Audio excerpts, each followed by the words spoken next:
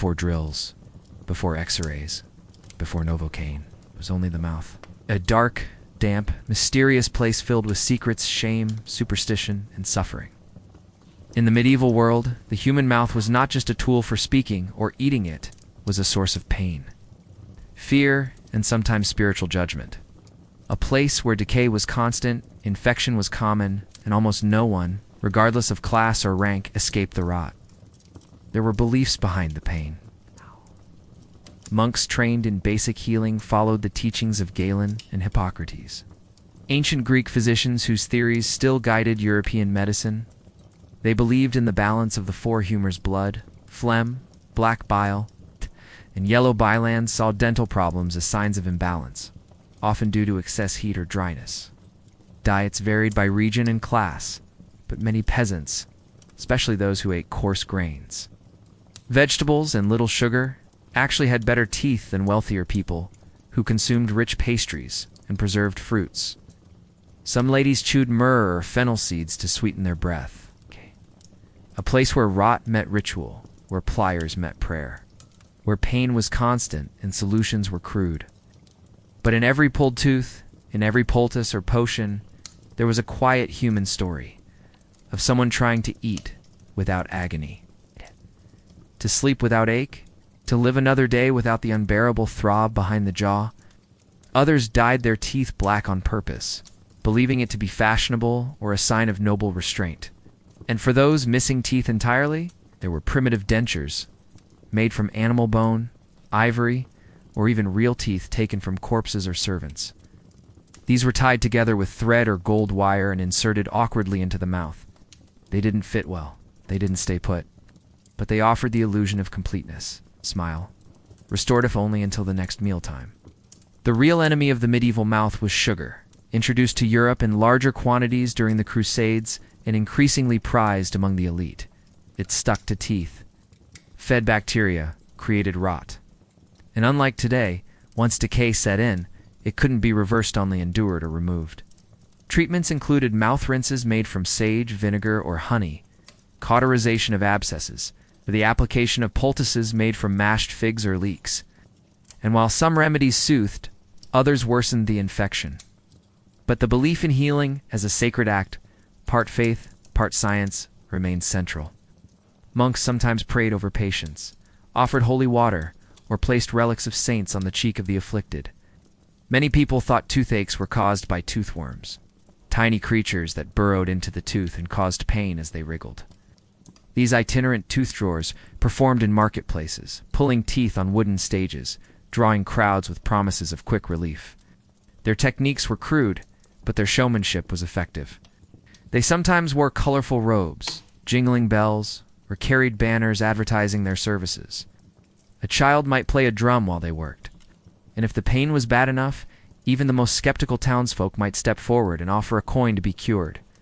Risking public agony for the chance at private relief, this idea came from ancient sources and persisted through the Middle Ages. Some healers would place a mixture of henbane seeds and hot water into a patient's mouth, then smoke it with a heated iron rod, hoping to force the worm out. Others poured oils or tinctures into the cavity, whispering prayers or casting spells to draw the creature out. The pain was real, but the explanations were mystical, blending folklore, alchemy, and old medical texts passed down and rewritten over centuries. The mouth was the gateway to the body, but in those centuries, it also became a chamber of horrors. Oh, and those brave or desperate enough to treat it. They were part barber, part butcher, part priest, and part showman. They were the medieval dentists. Teeth in the Middle Ages were not cared for in the way we think of dental hygiene today. There were no toothbrushes as we know them, no floss, no fluoride.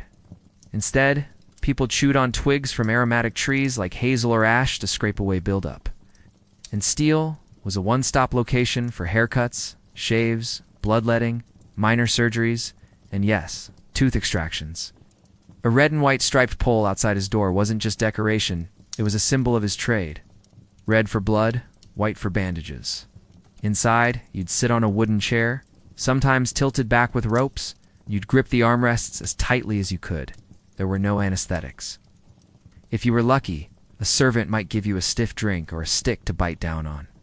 But when the barber surgeon took out his pliers and, yes, they looked more like blacksmith's tools than medical instruments. There was nothing gentle about what came next. He'd grip the tooth, twist, yank, and pull with the force of a man used to carving meat or sharpening blades. Blood gushed. Nerves screamed. And if the tooth broke mid-pull, he went back in for the roots, with a hook, with a knife, with his fingers. Some rinsed their mouths with wine or vinegar. Others rubbed their teeth with cloth, ashes, salt, or ground herbs. But more often than not, the rot came anyway. And once it came, it didn't just linger, it spread, it throbbed, it swelled, and it roared. Toothaches were not mild annoyances. They were days-long, weeks-long torments, pulsing with infection, radiating up into the jaw, the eyes, even the brain. When the pain became unbearable, people sought help. Not from someone in a white coat, but from the man with razors and pliers. The village barber was often the go-to man for dental work. His shop, smelling of soap, sweat, but medieval dentistry wasn't all blood and force. In monasteries and religious hospitals, care was more cautious, but no less limited. Wealthier patients, such as nobles or merchants, might seek care from traveling specialists, men who moved from town to town with carts full of tools, powders, and potions. Of course, not all medieval mouths were ruined. Even so, people tried to preserve their smiles. Recipes for breath-freshening powders survive in medieval manuscripts, combinations of cinnamon, cloves, mint, and powdered coral. And so the medieval mouth was a battlefield. Because in the Middle Ages, to have a mouth was to have a burden. To treat it was an act of courage. In the tangled tapestry of medieval life, few figures were more feared, trusted, and misunderstood than the barber-surgeon. He stood at the intersection of grooming and gore, part stylist, part medic, part street-side performer, and often the closest thing most people had to a doctor. His shop was not sterile. It was not quiet. It smelled of lather and blood, of hot steel and old sweat. And hanging outside, twisting in the wind, was his sign, not a modern logo. But the red and white striped pole we still recognize today, a silent monument to centuries of cutting both hair and flesh. Many traveled. Some worked fairs and markets where crowds gathered to watch them perform tooth extractions as entertainment. They dressed in bright clothing, called out to passersby, and often had assistants banging drums or ringing bells to draw attention. They offered free consultations but charged for the cure. Toothache could bring down a nobleman, a merchant, a soldier. It could make it impossible to eat, sleep, speak, or pray. And in a world where every moment of comfort was precious, the barber-surgeon offered the chance at a few more days without pain, even if it meant blood, even if it meant screams, even if it meant risking death for a few moments of silence inside the skull. And nothing drew a crowd faster than someone howling in pain, being held down by two men, and having a tooth ripped out in full view of the public. It was horror and spectacle in equal measure, a medieval performance of pain, relief, and profit. For the medieval dentist, if such a title even existed formally, the barber-surgeon was king. Some were charlatans. They bled patients with leeches or lancets, believing it restored balance to the body's humors. They shaved heads and beards, sometimes in preparation for surgery or religious rites. They performed amputations, drained cysts, even performed primitive trepanations, cutting holes in skulls to release evil spirits or pressure from swelling brains. And always, through every procedure, they remained practical, efficient, unapologetic. They knew that pain was inevitable. Their job was to get through it, to finish it. They claimed to pull toothworms with smoke or sell miracle powders that cured all mouth ailments. Others overcharged, reused filthy tools, or caused infections that killed days later. But they were everywhere in villages, towns, castles, and cities because the need for them was constant. Teeth didn't stop rotting. Gums didn't stop swelling. People didn't stop eating, even when every bite was agony. To understand the business of teeth in the Middle Ages, you must first understand how medical professions were divided. Physicians, if you could afford one, were trained in universities, taught Latin, and read Galenic texts, filled with theory but little practice.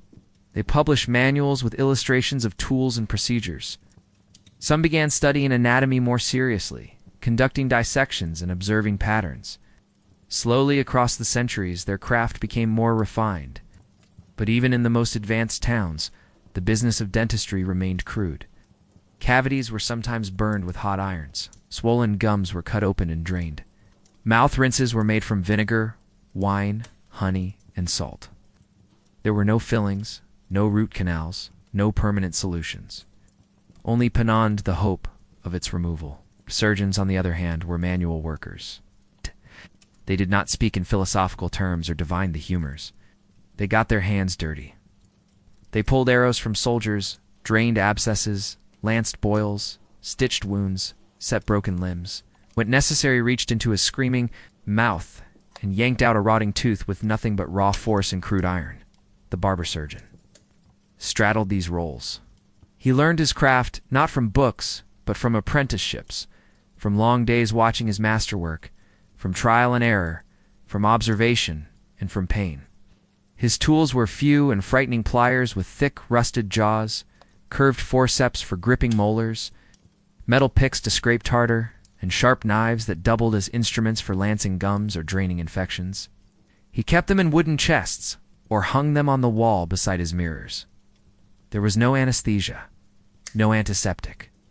When the time came, the patient sat, opened their mouth, gripped the armrest. Sore. A friend's hand and hoped it would be over quickly. Tooth pulling was the most common dental task, and it was as brutal as it sounds. A decaying tooth wasn't just painful, it could lead to fever, delirium, and death if the infection spread. But the extraction itself carried its own dangers. The barber would press a thumb against the gum to steady the tooth, clamp his iron around it, and wrench it free in one hard motion. If the tooth broke, he'd dig out the roots. If the gum bled, he'd pack it with herbs, cloth, or heated iron. Some barbers kept wine or ale on hand to numb the senses. Others let their patients scream into the street. But what mattered was speed. The faster the tooth was out, the less chance there was for panic, resistance, or deeper damage. Barber-surgeons didn't just work from fixed shops. Of course, not every barber-surgeon was competent. Their services extended beyond the mouth. In larger cities like London or Paris, barber-surgeons began forming guilds-organized brotherhoods that set standards, trained apprentices, and protected the reputation of the trade. And yet, despite all this, people came. They came because they had no choice. Because in the Middle Ages, dentistry wasn't about preservation. It was about survival. And the barber-surgeon, steady-handed, blood-stained, unblinking, was its guardian. Pain in the Middle Ages was not merely a physical condition. It was a theological experience, a moral reckoning, a test of endurance that often blurred the line between punishment and purification. Nowhere was this more visceral, more personal, more immediate than in the suffering brought on by a rotting tooth. Instead, it was framed in spiritual terms. The ache could be a penance for sin, a visible reminder that the body, like the soul, required cleansing. They had no saints to lean on, no silver to offer. In towns and markets, they performed extractions in public, knowing that the sight of one person relieved no matter how bloody might encourage others to step forward. There was always a price, coin, a chicken, a favor owed. And if you had nothing, you bartered, you begged. Or you simply endured, hoping the tooth would fall out on its own before your mind did. And when the time came, when the mouth swelled, when the fever climbed, when chewing became impossible, there was only one path left. To pay the price of relief, infections spread, nerve damage lingered. Phantom aches returned in the night. But in the hours after the procedure, there was quiet. A silence inside the skull that had been missing for days. That silence was worth everything. Sometimes it was coin, sometimes it was blood. Always it was courage. The extraction was brutal, immediate, and final. The barber's grip, the wrenching twist, the sudden gush of blood, it marked the end of suffering, but not without a toll. You walked away with one less tooth, sometimes one less friend, sometimes scars that never quite healed. When they could not work, they could not eat. When they could not chew, they could not survive. and so they made desperate bargains, coin to the barber, favor to the village healer, a promise to endure whatever followed, as the extraction, when it came, was not guaranteed to help. It could worsen the infection. It could lead to fever. In rare cases, it could kill. But the alternative, living with the pain, felt worse. Monks and priests often advised sufferers not to seek instant relief, but to reflect instead on what might have brought the pain upon them. Had they lied, gossiped, eaten greedily? Had they laughed too loudly in church? Or slandered their neighbor in secret? Nobles and merchants could afford imported powders, rare oils, even rudimentary dentures. But they also consumed more sugar, wine, and preserved fruits, the very foods that invited decay. And so, behind the silk curtains of castle bedrooms, servants were summoned with hot cloths, and physicians with jars of black paste. The pain might be muffled, but it was never fully silenced. And unlike peasants, who could cry out in the fields, the noble was expected to suffer in dignity. Teeth were a sign of youth. A clean smile, rare as it was, spoke of breeding. A missing tooth could be hidden, but the rot that caused it could not. And so, in private chambers and behind palace walls, the rich suffered too. Just quieter. The mouth, after all, was the instrument of speech, and words could sin as surely as actions. Confess your sins, the priest said, and the pain may lift. I'll do penance. Walk barefoot to the shrine, fast for a day, recite the Psalms by candlelight. Some even believe that suffering, if endured with grace, shortened one's time in purgatory. Toothache became a holy opportunity, shortcut through the fires of purification. And so a few refused treatment altogether. They embraced the pain. They wept in silence, not with despair, but with reverence. A swollen jaw might be seen as divine correction, a holy silencing. There was no pain quite like it. It stabbed, it throbbed, it pulsed in rhythm with the heartbeat. And when it refused to subside, it warped the mind, made prayer difficult, made sleep impossible, made food taste like shame and fire. It was the kind of pain that hollowed a person out from the inside. And for the medieval mind, such agony was not random, it was earned, or worse, divinely appointed. A toothache in the medieval world was rarely seen as just a health issue, and so people endured. For days, weeks, sometimes longer. They tried herbal tinctures, warm rinses, poultices pressed to the cheek at night. They chewed bark, sucked on stones, tied cloths soaked in vinegar around their heads. And when the pain became too much, when it stripped away sleep and sanity alike, they did not always rush to the local barber. They went instead to the church, lit candles to Saint Apollonia, whispered prayers between clenched teeth, laid offerings at her feet. Some even took small pieces of metal coins, rings, trinkets, and bit down on them during Mass, as if to transfer the pain into the object and leave it behind with the sacrament. But not everyone had faith to fall back on. For many peasants, the agony of a tooth was simply another burden in a life already filled with hardship. Barbers and tooth drawers understood this desperation. They used it. For the wealthy, the options were broader, but not always better. The church, for its part, offered spiritual comfort. But for most, the pain was simply too much. Still, the pain was not always gone. In the medieval world, relief was never free. It had to be earned or extracted. In the long shadow of crumbling abbeys and torchlit marketplaces, beneath banners of saints and flickering candles, medieval people whispered stories about the pain inside their mouths. And among the most persistent, most feared, and most vividly imagined explanations was the toothworm, not a metaphor, not a theory. So did early Arabic texts, Greco-Roman writings, and even Chinese remedies. In medieval Europe, where these ancient ideas were absorbed and reshaped by Christian tradition, the toothworm became both a physical invader and a moral warning.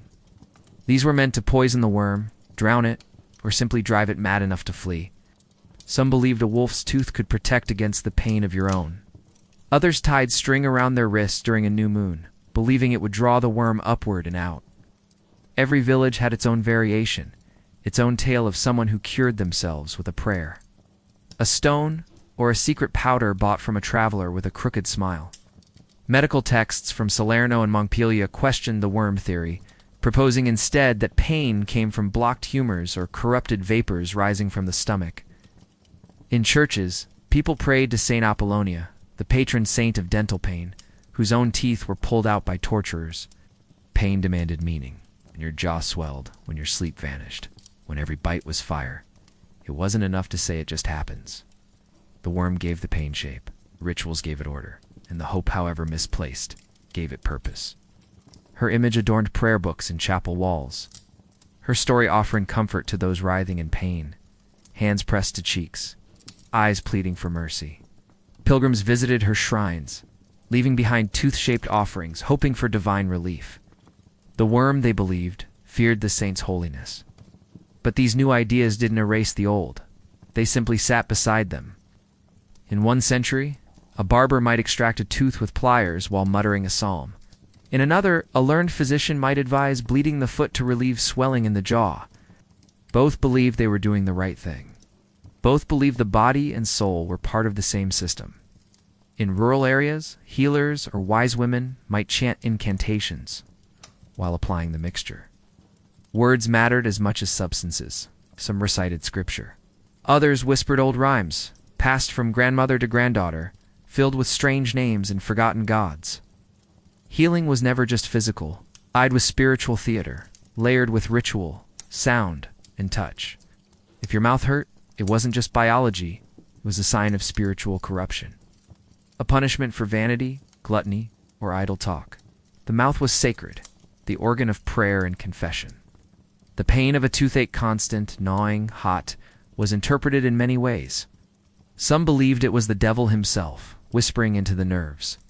Others thought it was the soul of a dead relative, angry and trying to speak.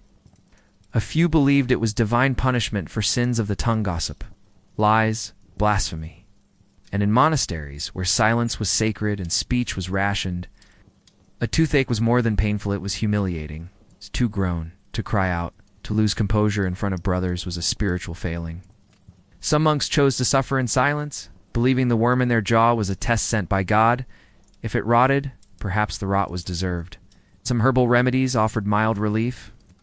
Willow bark, for instance, contained salicina, natural pain reliever, ancestor to aspirin.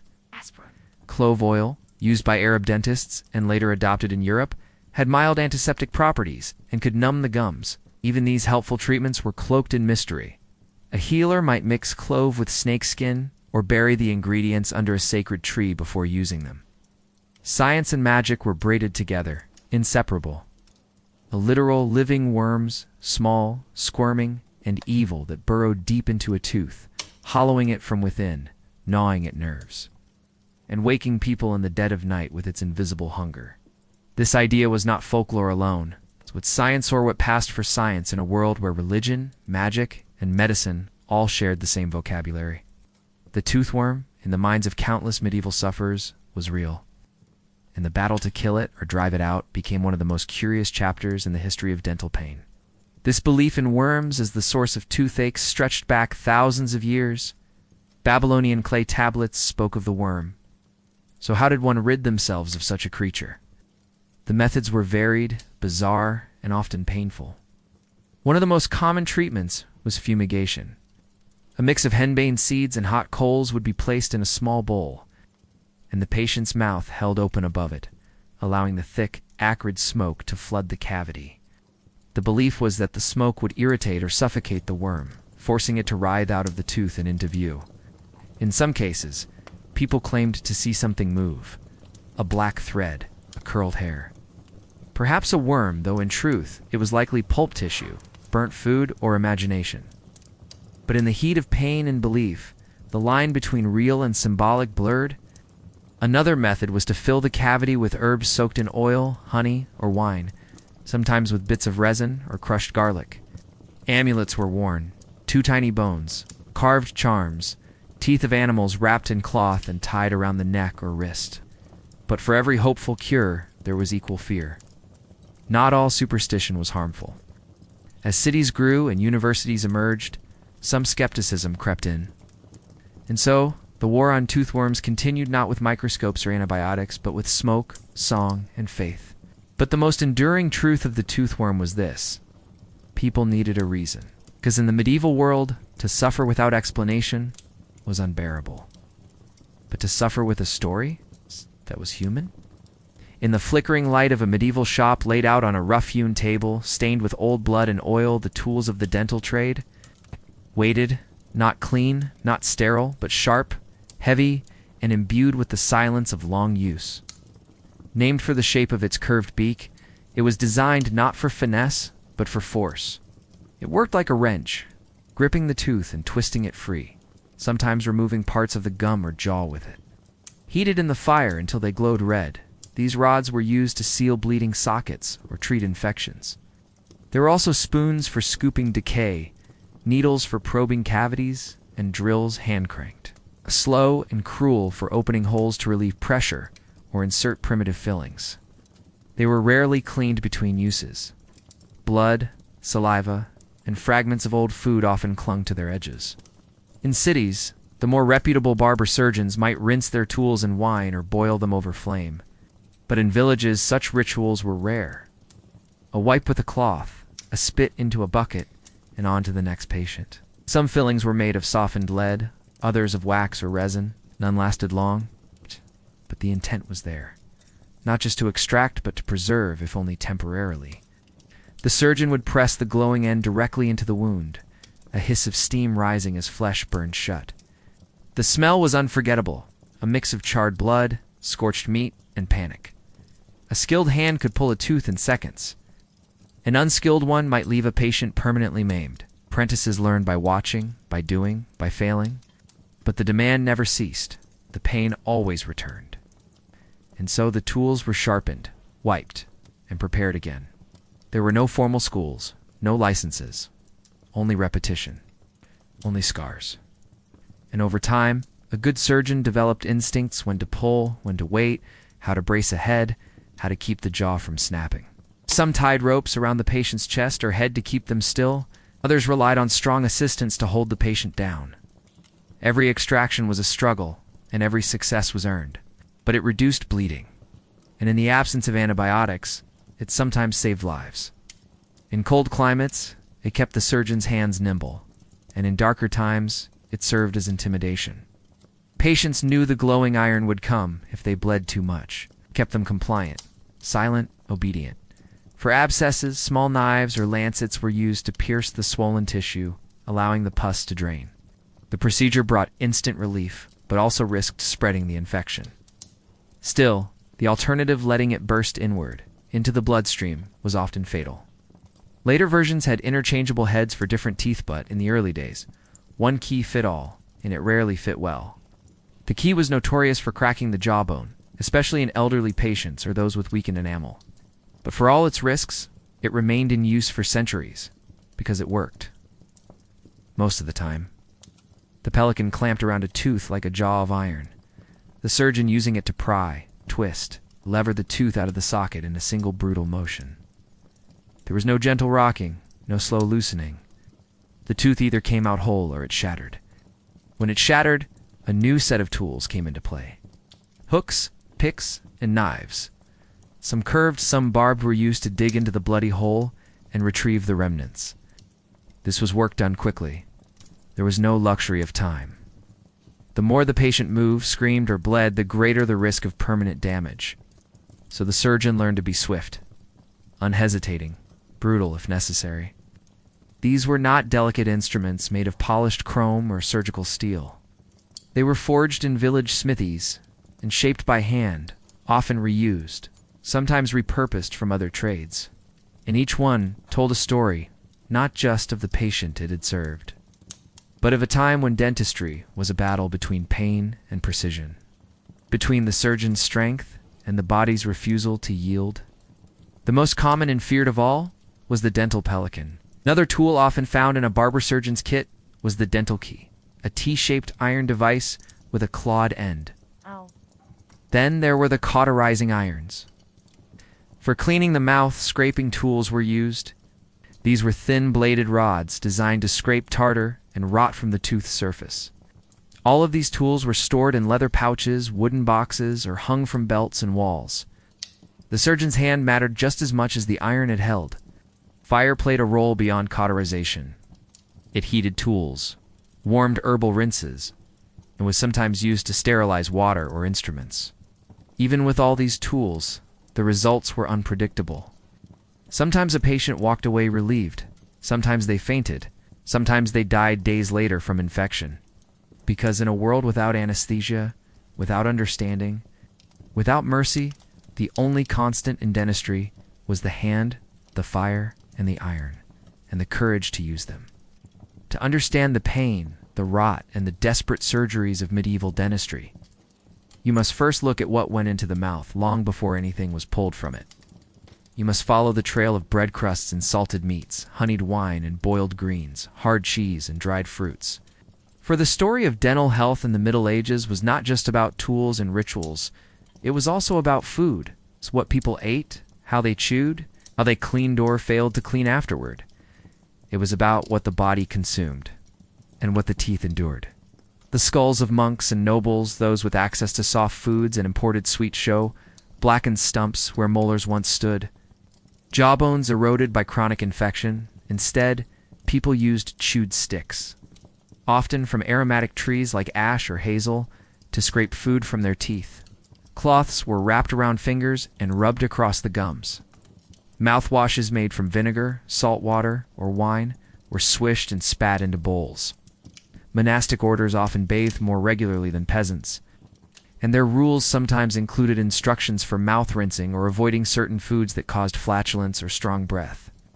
Out of respect for communal prayer, in Islamic Spain, where medical knowledge was more advanced, dental hygiene was more highly emphasized.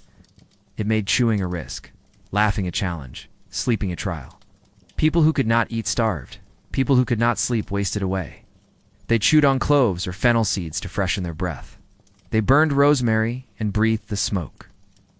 They drank wine, not just to forget their problems, but to numb them. And some, when all else failed, turned to prayers, spells, and superstition.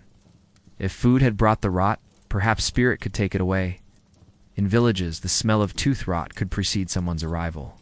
A constant sourness, a mix of infection and decay that no amount of rinsing could hide. The miswak stick, used for cleaning teeth, was encouraged by scholars and healers alike. But across most of Europe, cleaning the mouth was a personal, inconsistent, often overlooked act, only when discomfort set in, or when a feast required fresh breath. What decayed within it brought suffering. And what was left behind when all the food was gone was the silent echo of damage done. Some households kept jars of powdered herbs, mint, rosemary, sage, even crushed oyster shells to scrub the teeth, leaving them slightly whiter, but also more worn. Some suffered from scurvy mouth, bleeding gums caused by vitamin deficiencies in winter. Others broke teeth on bone shards or stone fragments in bread, since flour was often ground with sand-laced millstones. A single chip could expose a nerve. One bad meal could turn into a lifetime of pain, and tooth roots eaten away by silent, slow rot. After all, everyone had bad breath. Everyone lost teeth eventually. It was just part of life, like limping from an old injury or losing hearing in one ear. Few thought dental health could or should be preserved. It was something to endure, not prevent. The pain, silent in the grave, must have been deafening in life. The medieval diet was deeply shaped by geography, climate, and class. For peasants, daily meals were repetitive but surprisingly wholesome. Roasted meats, thick stews, pies filled with preserved fruits, almonds glazed in honey, and candied violets were just a few delicacies that graced the tables of the rich. And as sugar made its way into Europe through trade with the Islamic world, its presence in noble diets expanded. By the 14th century, sugar was still a luxury, but a dangerously seductive one. It stuck to teeth, fed bacteria, created pockets of decay that slowly chewed through enamel like worms in wood. Coarse brown bread made from rye or barley, pottage thick with beans, leeks, or cabbage. The occasional egg or sliver of bacon, these were the staples of village life. Most peasants had limited access to sugar, rarely tasted imported fruits, and could not afford elaborate pastries. Their meals were rich in fiber and often low in refined carbohydrates. And strangely enough, because of this, their teeth, while stained and worn, were often in better condition than those of the wealthy. Not white, not straight, but less prone to cavities, less rotted by sweetness. The nobility, on the other hand, dined like kings, because they were kings, or at least close to them. This decadence came with consequences.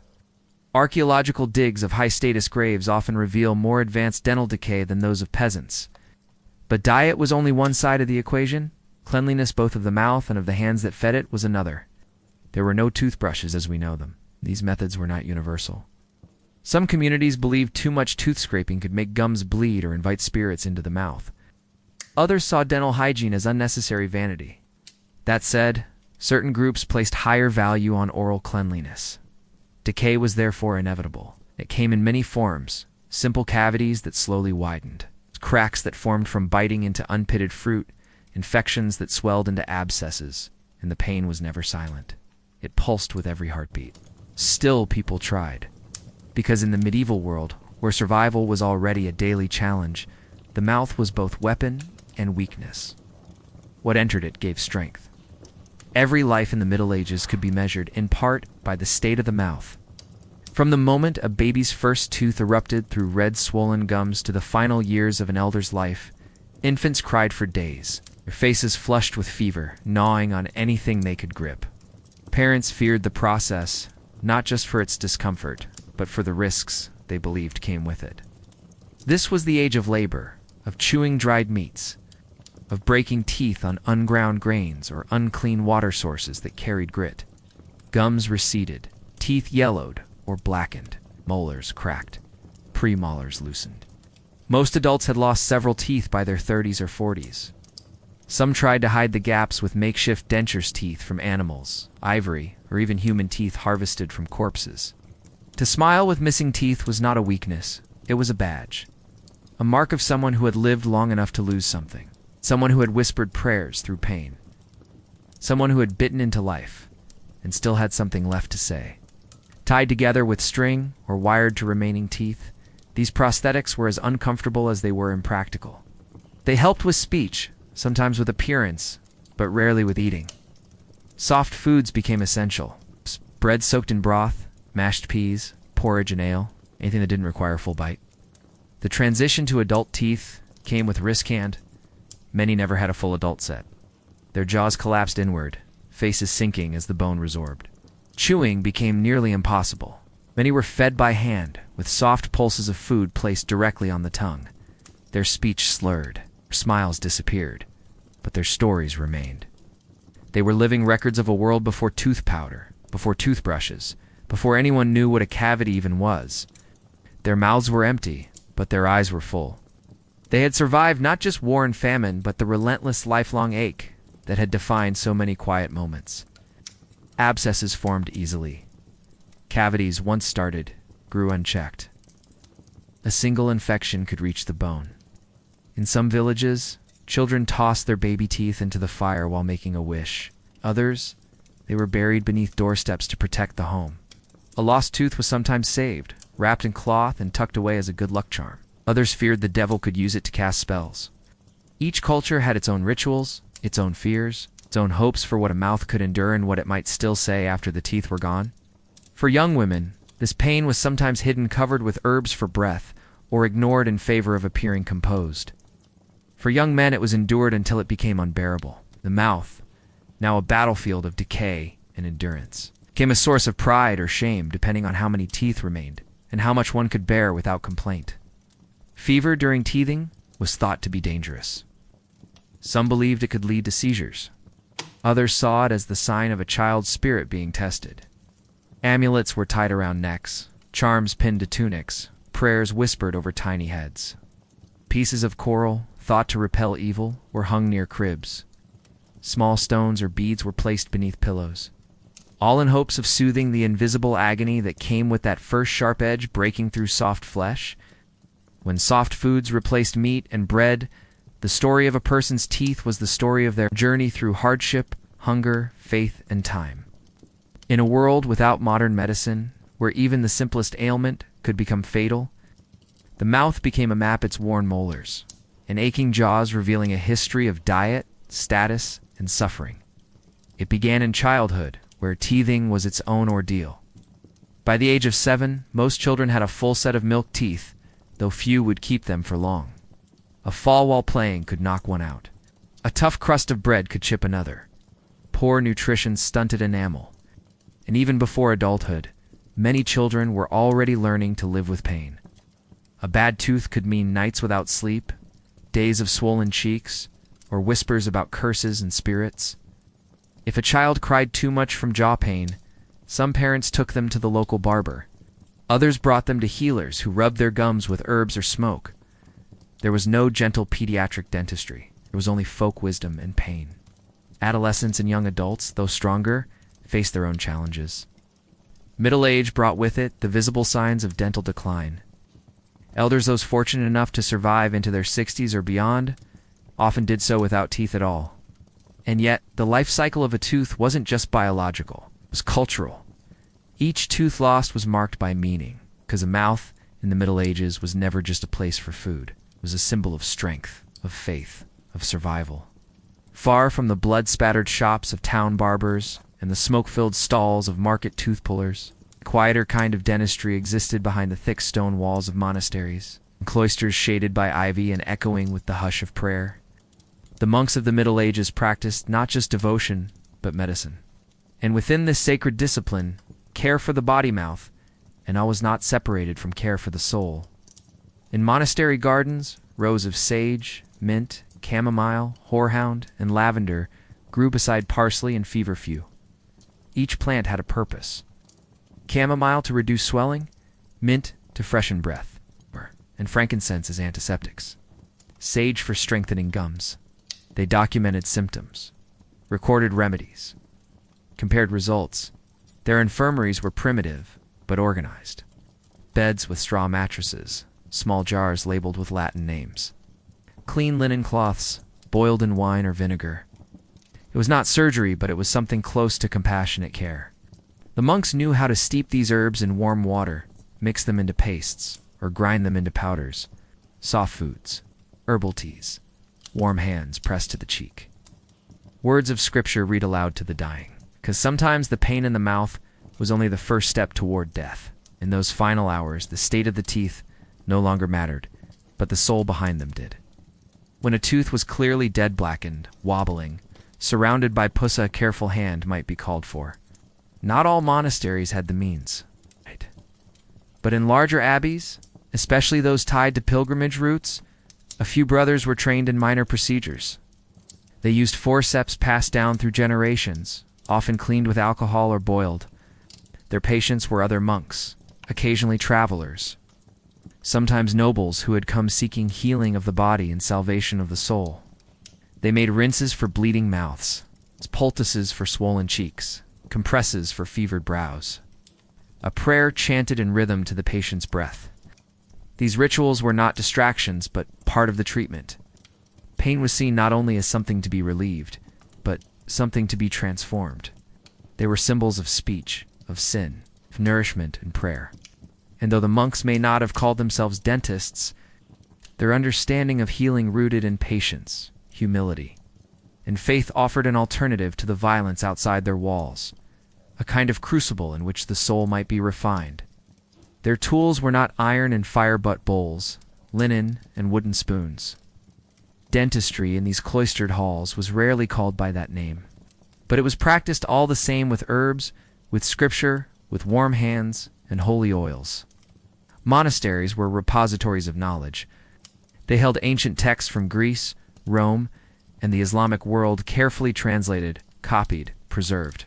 It in the pages of those manuscripts, bound in worn leather and inked in delicate script, were clues about teeth, about decay, pain, remedies, and balance. Galen, Hippocrates, Avicenna. Healing was not just a physical act. It was spiritual alignment. Pain was a sign, a lesson, a test, but it was also a burden that could be lifted. Not through extraction or cautery, but through balance, humility, and submission to divine mercy. Some monks believed that the devil entered through the senses and that pain in the mouth was a direct assault. Others saw the ache as a reflection of sin words spoken in anger or lies told in haste, manifesting as rot. These voices whispered through the margins of time. And the monks, sworn to silence in some hours but devoted to service in others, listened. They treated tooth pain not with force, but with plants, prayer accompanied every treatment. Before touching a patient's mouth, a monk might whisper a psalm or make the sign of the cross. And yet, despite their religious framing, many monks were skilled herbalists. In some cases, monks did perform extractions. Music was sometimes played during procedures, soft psalms sung by a novice. When pain could not be cured, monks turned to comfort. In the silence of monasteries, teeth were not just objects of decay. Here, in the hush of cloisters, with bees humming and parchment drying, the toothache was not just a problem to be ripped away. It was a mystery to be tended. In the vast sprawl of medieval cities and the crumbling lanes of rural hamlets, there lived a population whose suffering rarely made it into records or chronicles. They were the voiceless, the nameless, the countless, poor whose daily existence was shaped by hunger, disease, and survival. No rare oils or silver tweezers. Their teeth rotted in silence, blackened, painful, and slowly falling away. The diet of the peasant was harsh, gritty, and unforgiving. Bread, often made with coarse ground grains mixed with sand from overused millstones, wore enamel down like sandpaper. Roots and raw vegetables, sometimes the only food available, required fierce chewing. Rats ran through the gutters. Water sources were foul. And all of it, the dirt, the damp, the hunger, conspired against the teeth of the poor. Gaps in smiles, muffled speech, as people chewing with gums, swallowing whole, or avoiding food altogether. Tooth pain could turn into a fever could become a death sentence, and yet life went on. People still laughed, still sang, still drank, still gathered around fires with aching jaws and swollen cheeks, sharing stories about the old woman who once pulled teeth with her bare hands, or the child who grew up without a single one. By the age of 30, many had mouths like someone twice their age. Those rejected by family or caste were left to decay in silence. Some tied herbs around their necks. Others slept with garlic cloves under their tongues. In some cultures, it was believed that if you buried a rotten tooth under the full moon, the pain would vanish. But more often, people simply endured. The ache became part of them, like a limp or a scar, a constant throb to remind them of how low their station had become. Holes where molars should be, nerves exposed, breath sour from rot, and no hope of relief. Meat, when available, was often sinewy and hard, and sugar, though rare among the poor, made its way down through honeyed mead or dried fruits sold at fair sweetness. That lingered on the teeth long after the flavor was gone. And nowhere was their struggle more evident than in their mouths. An old woman boiling cloves for a neighbor, a wandering friar sharing vinegar-soaked rags, and sometimes their luck. Because for them, the battle against decay was not fought with gold or knowledge, but with grit, spit, and stubbornness. A peasant sharpening his only knife, not for hunting, but to pull his wife's infected tooth. Before the rot reached her brain, no fanfare, no coin exchanged, just quiet acts of mercy in a world where the mouth was often a prison. Rotten teeth, cracked molars, swollen jaws, empty gums. Barber-Surgeons died in the same rooms as their patients. And among the first symptoms of many plague strains, especially the septicemic and pneumonic types, was pain in the mouth, swelling, ulcers, bleeding gums, tongues coated in black rot, teeth loosening in sockets. It was as if the disease stripped people from the inside out, starting with the very place they spoke, ate, and prayed from. For the medieval underclass, dentistry was not a service. It was a luxury, and for most, it simply did not exist. The few healers who might have helped were overwhelmed or dead themselves. Dying were left on doorsteps. Families turned away their own. And those who survived were often left maimed, missing fingers, toes, and yes, teeth. Survivors' mouths told their own stories. Jaws locked from infection, gums eaten away by fever. Scars from makeshift extractions done in the dark by trembling hands. A wooden spoon, a knife, a cloth to bite down on. The poor had no coin for barber-surgeons, no access to monks with herb gardens. And then came the plague. When the Black Death swept through Europe in waves, beginning in the mid-14th century, it changed everything. Entire villages emptied, bodies stacked in carts, priests fled their parishes. For the poor, the plague didn't just bring death, it brought abandonment. In cities, things weren't better. The alleys of London, Paris, and Florence were choked with refuse and waste. Toothlessness became a mark of poverty, one worn openly, sometimes with shame, sometimes with resignation. Among the homeless, the beggars, the outcasts, the situation was even worse. And yet, in this sea of poverty and pain, there were small acts of kindness. The rich had options, the clergy had rituals, but the poor, they had their courage, their endurance. And still, they smiled, gapped, swollen, half toothless because, even in the mouth of suffering, joy sometimes found a way in. By the close of the medieval era, something in the world was shifting. Slowly, almost imperceptibly, the old beliefs began to crack, not vanish, not disappear, but fracture under the weight of new ideas. Where once pain was seen as punishment and bloodletting as cure, people began to ask questions, to measure, to write, to test. When dental knowledge could be written down and shared, it no longer had to be passed from hand to hand, from father to son, or whispered in back alleys. Books like Artsney Buckline and later Zine Artsney spread surgical advice in the vernacular. Illustrated diagrams showed the proper method of extraction. Pages compared gum diseases. It revolutionized the field. He introduced dental fillings, talked of cleaning teeth with precise tools, described braces to straighten alignment. And more importantly, he saw dentistry not as a butcher's task, but as a medical profession. Joseph Lister's ideas about bacteria and sterilization changed how instruments were cleaned. Boiling water, alcohol, eventually autoclaves, tools were no longer stained with the last patient's blood. Cleanliness, once a rarity, became a requirement. The clench of the jaw at the thought of pain. Somewhere in every clinic, there is still a shadow of the pelican and the key. Every filling, every bite. A memory passed down not through books, but through blood. Infection rates dropped. Confidence rose. For the first time in history, a tooth could be removed without screaming, without shaking, without the body rebelling in shock. Dentists could now work slowly, carefully. They could fill instead of rip, clean instead of cauterize. The scream that had echoed through every town square for centuries finally began to fade. He advocated for careful training, proper hygiene, and the development of specialized tools.